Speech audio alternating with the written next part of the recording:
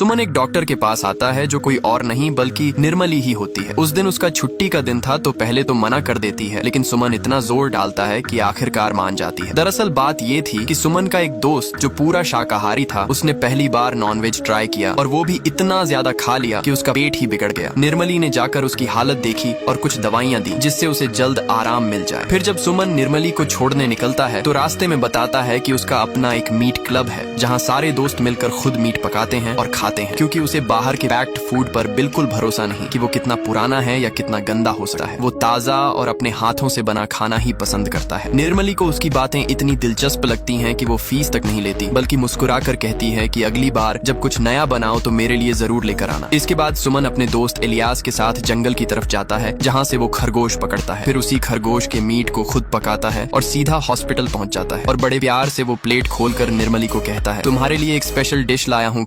निर्मली पहली बार खरगोश का मीट खा रही थी। जैसे ही उसने पहला निवाला लिया उसे वो स्वाद बहुत ही लाजवाब लगा, क्योंकि उसने पहली बार खरगोश का मीट खा रही थी। इस बार उस मीट के स्वाद ने उसे मजबूर कर दिया कि वो सब भूल जाए। उसे ये इतना पसंद आया कि उसने सुमन से कहा, अगली बार इससे भी कुछ हटके लेकर आना। अब धीरे धीरे दोनों के बीच बातचीत बढ़ने लगी और दोनों के बीच एक अलग ही कनेक्शन बनने लगा। वैसे भी सुमन को अलग अलग तरह के मीट एक्सप्लोर करने का शौक था। एक दिन निर्मली ने सुमन से कहा कि उसे आज कहीं और ड्रॉप करे। सुमन को थोड़ा अजीब सा लगने लगा कि कहीं कुछ अनकंफर्टेबल ना हो जाए, इसलिए वो बात बदलने के लिए ड्राइवर से कीड़ों की बातें करने लगा कि कौन से कीड़े खाए जाते हैं, कौन से नशा देते हैं और कौन से जहर होते हैं। ये सब बातें सुनकर निर्मली को भी दिलचस्पी होने लगी कि शायद उन्हें भी कभी ट्राई करना चाहिए। इस बीच सुमन को कॉलेज से एक स्कॉलरशिप मिली थी और प्रिंसिपल चाहती थी कि वो दूसरे राज्य जाकर आगे की पढ़ाई करे, लेकिन अब सुमन का मन निर्मली में इतना